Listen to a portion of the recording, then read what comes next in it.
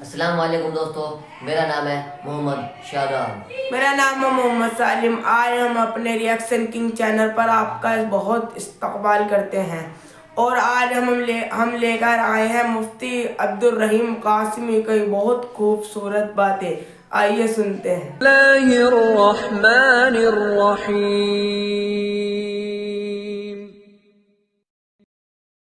بسم اللہ الرحمن الرحیم وبہ نستعین۔ نسیم صبح کا پیغام لے کر حاضر خدمت ہے۔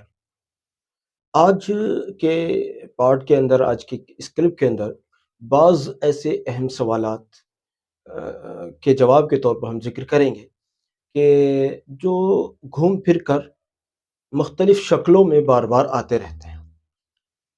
سب سے پہلی مرتبہ سب سے پہلا سوال یہ بہت آتا ہے کہ ہم آپ سے بیعت ہونا چاہتے ہیں یا آپ کی شاگردی میں آنا چاہتے ہیں۔ تو اس کے تعلق سے سب سے پہلی بات جو میں آپ کو ذکر کرنا چاہوں گا کہ بیعت کسی ایسے بزرگ شخصیت سے کی جائے جن تک آپ کی رسائی ہر صورت ممکن ہو۔ یہ بڑا صاف ستھرا سا مشورہ ہے۔ سب سے پہلے ایسی شخصیت سے بیعت کی جائے جن تک آپ کی رسائی ممکن ہو، آپ آرام سے ان تک پہنچ سکیں، ان سے استفادہ کر سکیں۔ دیکھیے، میں نے پہلے بھی یہ جملہ کہا تھا، یہاں سوشل میڈیا کی اس دنیا میں تو سبھی فرشتے نظر آتے ہیں۔ یہاں بیٹھ کر سب سفید لباس پہن کر بیٹھتے ہیں، سب داڑھیاں رکھ کر بیٹھتے ہیں، سب دین کی بات کر رہے ہوتے ہیں۔ تو میرے خیال سے جو یہاں سے باہر نکل کے جس کی زندگی دینی نہیں بھی ہے، وہ بھی ہو سکتا ہے سوشل میڈیا پہ بیٹھ کر تو وہ بھی دیندار نظر آتا ہے۔ اس لیے میرے عزیزو، میں مشورہ دیتا ہوں کہ یوٹیوب پر دیکھ کر زیادہ بیعت کی طرف جانا یہ ذرا سمجھ میں کم آتا ہے۔ زیادہ اچھی بات یہ ہے، ہمارے بزرگوں کا بھی یہی طریقہ ہے کہ جس بزرگ سے آپ بیعت کرنا چاہتے ہیں ان کے پاس ذرا ایک دو بار جاؤ آؤ، ان کو ذرا دیکھو قریب سے۔ جب ایک دو تین چار بار جانے میں آپ کو لگے کہ ہاں بھئی یہ شخصیت ایسی ہے کہ ان سے میری اصلاح ہو جائے گی۔ میں یہ نہیں کہہ رہا کہ ان کی بزرگی ناپنے جاؤ، نہ ان کی بزرگی ناپنے نہیں جانا، ان سے عقیدت تو لے کر جانا ہے۔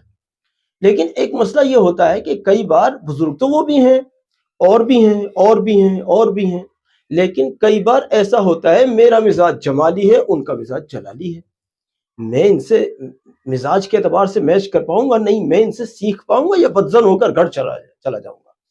اگر نہیں سیکھ پایا، ان سے میرا تعلق نہیں ہو سکا، یہ اتنا بڑا نقصان نہیں ہے۔ اگر میرے دل میں ان کے متعلق بدزنی آ گئی، یہ بہت خطرناک بات ہے، یہ بہت خطرناک بات ہے۔ تو ذرا دو چار بار آئیں ان کے پاس اور ان کے مزاج کو دیکھیں۔ اگر ہمیں لگ رہا ہے کہ بھئی بزرگ تو یقیناً وہ ہیں، بزرگ سمجھ کر ہم گئے تھے، لیکن ہمیں لگ رہا ہے ہماری ان سے اصلاح نہیں ہو سکے گی، تو ان کے متعلق عقیدت تو بھرپور رکھیں، لیکن اصلاح کے لیے، اپنی تربیت کے لیے، بیعت ہونے کے لیے کسی اور بزرگ کی تلاش کریں۔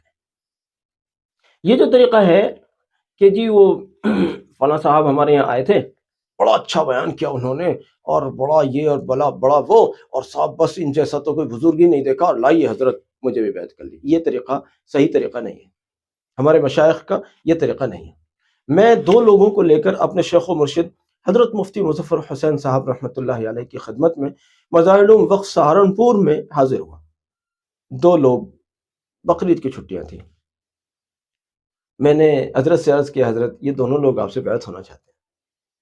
فرمایا کہ ان کو قصد السبیل پڑھوا کر لاؤ۔